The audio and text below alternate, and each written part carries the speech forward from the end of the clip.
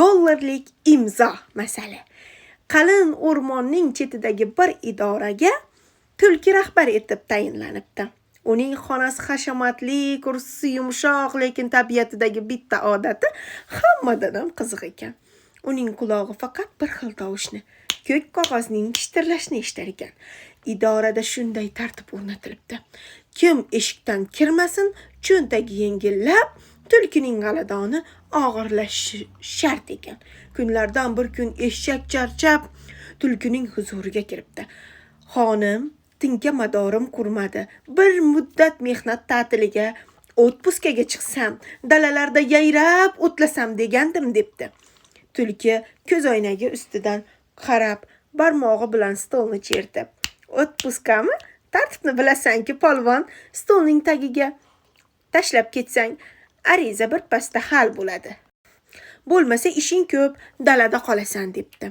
Eshak bechora nafsini tiyib amallab so'ralgan pulni beribdi va ta'tilga chiqdi. Ertasiga quyon kepti. Uni malaka oshirish kursiga borish kerak ekan, lekin uydagi yumushlari sabab muddatni biroz cho'zmoqchi bo'libdi. Xonim afandi, malaka oshirishni keyingi oyga surib bersangiz deb mo'ralabdi. Tulki pinagini ham buzmay, bizda vaqt pul quyon voy, muddatni cho'zish debdi. Quyon ham quloqlarini salanglatib pulni sanab beribdi. Bir kuni bo'ri ishlab, charchab, idoraga katta foyda keltiribdi va yil yakunida mukofot, premiya so'rab kiribdi. Tulki unga qarab jilmayibdi. Mukofotni hamma xohlaydi. Omma ichida katta mukofot olishning narxi $500. Sizga bir necha barobar ko'p mukofot yozib beraman debdi. Xullas, idorada 200 raqami sehrli raqamga aylanibdi. 500 esa volshebniy palochka qo'lingda degani ekan.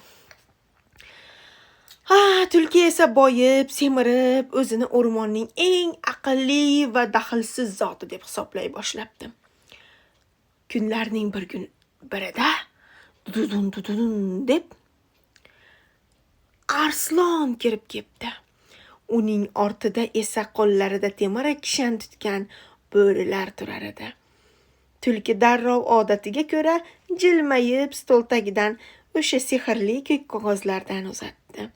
Voy Arslon aka, keling, mana bu xizmatingiz uchun ulushingiz debdi.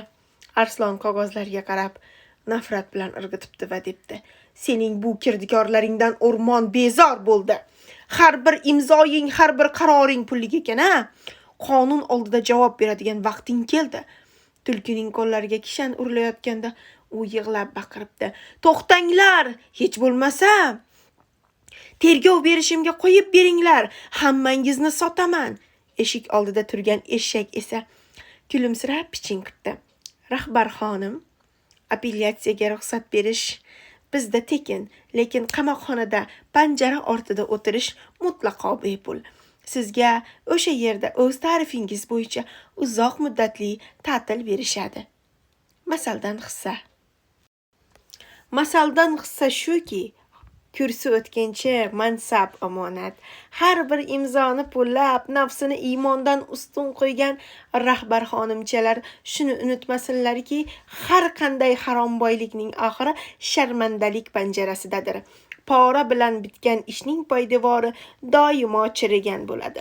Malaka oshirishni uzoqqa cho'zganlar albatta bir kun malaka oshirishga boradilar.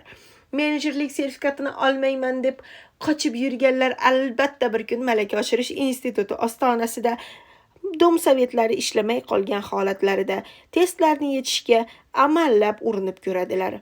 Omadlari kelsa havola xo'p, bo'lmasam faylasuf bo'ladilar.